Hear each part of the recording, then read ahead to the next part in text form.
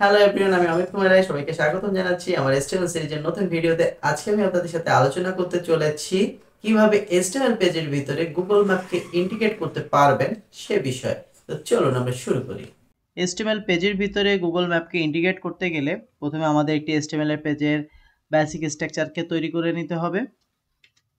এখানে আমরা এসটিএমএল পেজের বেসিক স্ট্রাকচারটি তৈরি করে নিলাম। আজকে আমরা এসটিএমএল এ কিভাবে গুগল ম্যাপকে ইন্টিগ্রেট করতে পারবেন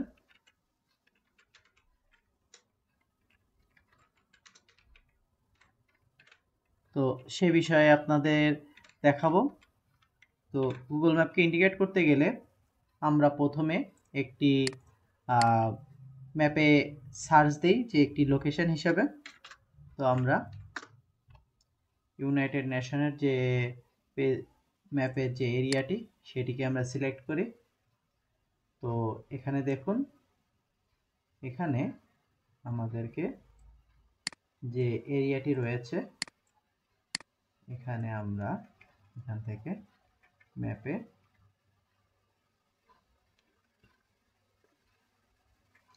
এই এরিয়াটিকে আমরা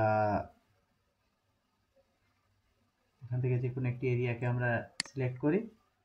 তো এটিকে যদি আমরা সিলেক্ট করি, এখান থেকে আমরা প্রথমে এরকম একটি এরিয়া পাবো, যেখানে আমরা এখানে দেখেন direction, save, near, send to phone এবং শেয়ার নামে একটি অপশন আছে। তো এখান থেকে আমরা শেয়ার অপশনটিকে ক্লিক করব এবং এই যে শেয়ার সেখানে হচ্ছে আমরা এমবেডে ম্যাপ এই ট্যাবে ক্লিক করব। তো এখানে ক্লিক করলে যেটি হবে, এখানে আমাদের আইফ্রেমের কোডটি আমরা পেয়ে যাব। তো এখান থেকে আমরা কপি এইচটিএমএল কপি করলাম এবং এখানে এসে আমরা সেটিকে পেস্ট করলাম কন্ট্রোল ভি এর মাধ্যমে। তো কন্ট্রোল ভি এর মাধ্যমে পেস্ট করলে যেটি হবে, দেখুন এখানে আমাদের রিলোড দিয়ে দেখি।